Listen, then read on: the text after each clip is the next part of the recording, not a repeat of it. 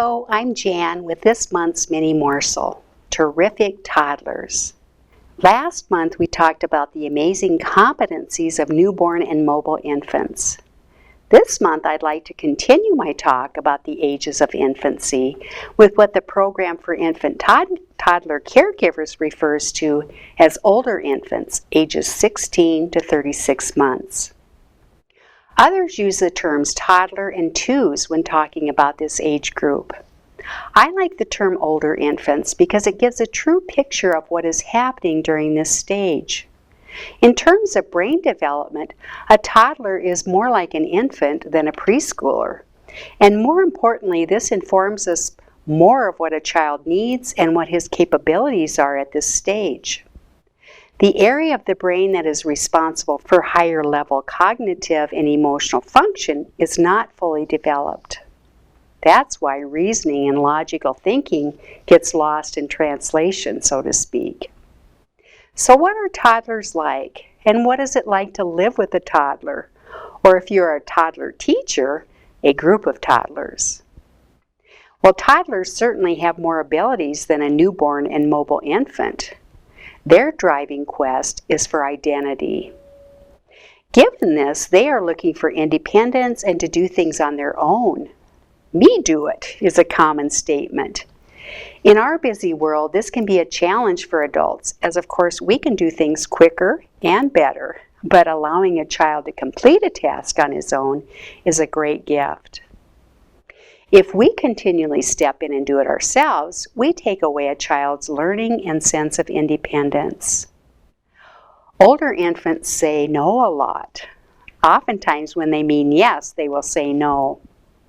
Perhaps it's the surprised or strong reaction they get from the adults that drive them to repeat it over and over. No is a powerful statement as you are asserting your sense of self and that you are unwilling or unable to do something that is requested of you. As adults, we often feel offended when we make a request and it is responded with a no by a child. How dare you say no to me? After all, I'm the adult and I know what's best for you. Well, if we can be patient with no saying and not take it personally, we will begin to appreciate the growing identity of a child. This is where choices are powerful. The adult sets the choices and the child chooses from among them. Do you want the red cup or the blue one? Do you want to play with this toy or that toy? Choices give the child a sense of control over his world. I believe it was when I took Love and Logic training that I first heard the statement, "Good teachers share control." It's a great statement and continues to remind me that it is okay for children to have a little control over their world. Of course, there are times when it comes to safety and health, children will not have choices. However, being empathetic by saying something like, "I know you don't want to do this, but this is something that you have to do," and then give the reason why. For example, "I know you don't want to put your hat on, but it's really cold outside and I need to keep you safe and healthy."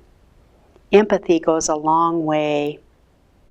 Another word that relates to identity that you will hear is mine. Children are very egocentric at this age and they want what they want.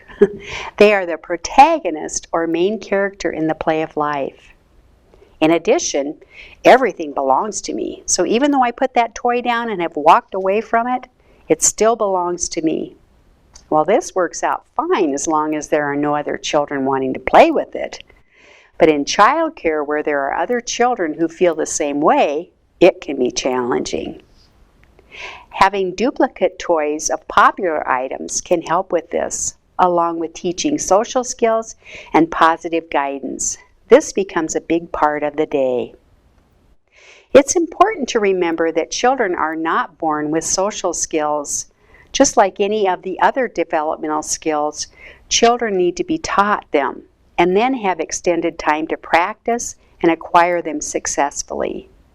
Their inexperience and limited verbal skills often causes them to use behaviors that are less than positive. Like any other developmental domain, you have to teach and support them until they develop good self-regulation and the ability to play well and cooperate with others. Working with this age group can be a challenge, but as well as a joy. To watch a child's sense of self unfold is a marvelous journey.